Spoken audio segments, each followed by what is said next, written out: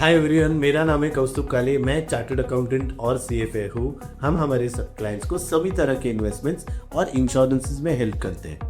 आपको ना बहुत सारे इन्फ्लुएंसर्स ने रील्स डाले होंगे, यूट्यूब वीडियोस डाले होंगे या फिर आपने न्यूज़ आर्टिकल्स पढ़े होंगे जो रैंडमली आपको फॉरवर्ड के तौर पे आते हैं कि 2026 में मार्केट क्रैश होने वाला है क्या। हम आज इस पे चर्चा करेंगे, इस पे बात करेंगे, ठीक है।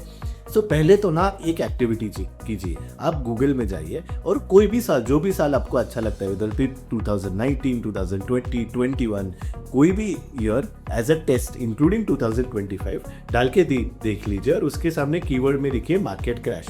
मतलब लेट्स से 2024 मार्केट क्रैश।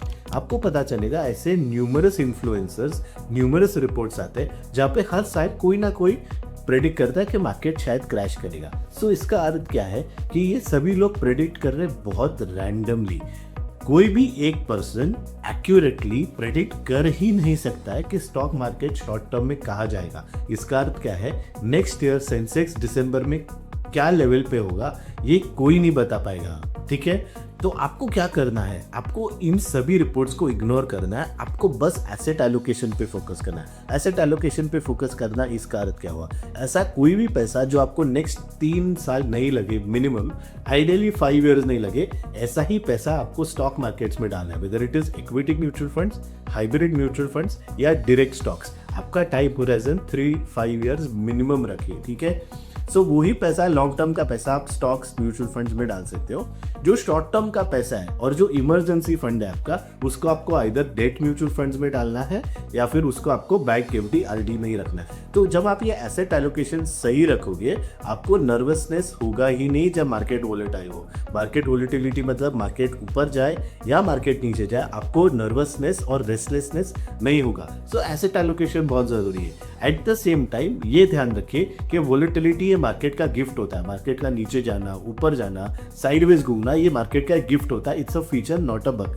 आपकी जो SIPs होती है, whether it is stocks, equity mutual funds, hybrid mutual funds, इसमें आप जरूर कीजिए सो दैट आपका एवरेज कॉस्ट हो जाता है एंड आपका लॉन्ग टर्म में पैसा बनता है। क्योंकि ध्यान में एक चीज रखिए, शॉर्ट टर्म में मार्केट कहाँ जाएगा किसी को नहीं पता, वोलेटाइल ही रहेगा। बट लॉन्ग टर्म में मार्केट ऊपर ही जाना है। Whether it is 3 years, 5 years, 7 years, 10 years, आप ऐसे बैचेस में देखोगे, आपको पता चलेगा। मार्केट क्रैश के जो भी रील्स है, जो भी न्यूज आर्टिकल्स है, जो भी रिपोर्ट्स है, जो भी वीडियोज है, उसको इग्नोर कीजिए। ये सिर्फ सेंसेशनलाइज करने के लिए किया जाता है सो दैट इसको व्यूज मिले, ठीक है। आपको इस पे ध्यान देना ही नहीं है, because no one can predict market का लेवल कहाँ होगा। 12 मंथ्स के बाद मार्केट ऊपर जाएगा या नीचे जाएगा, ये कोई भी प्रेडिक्ट नहीं कर सकता। आप इसको with a pinch of salt ही लीजिए, इग्नोर ही कर दीजिए। आप बस आपका फोकस एसेट एलोकेशन पे रखिए कि आप लॉन्ग टर्म का पैसा की वहां पे इन्वेस्ट करेंगे, शॉर्ट टर्म में मार्केट में इन्वेस्ट नहीं करेंगे। बट लॉन्ग टर्म में ये ध्यान रखेंगे कि इन्फ्लेशन बीट करना जरूरी है। इसके लिए आपका लॉन्ग टर्म का पैसा हमेशा इन्फ्लेशन बीटिंग एसेट्स, मतलब equity mutual funds, hybrid mutual fund, stocks, gold, इसमें ही होना चाहिए। और शॉर्ट टर्म का पैसा बैंक एफडी आरडी में होना चाहिए।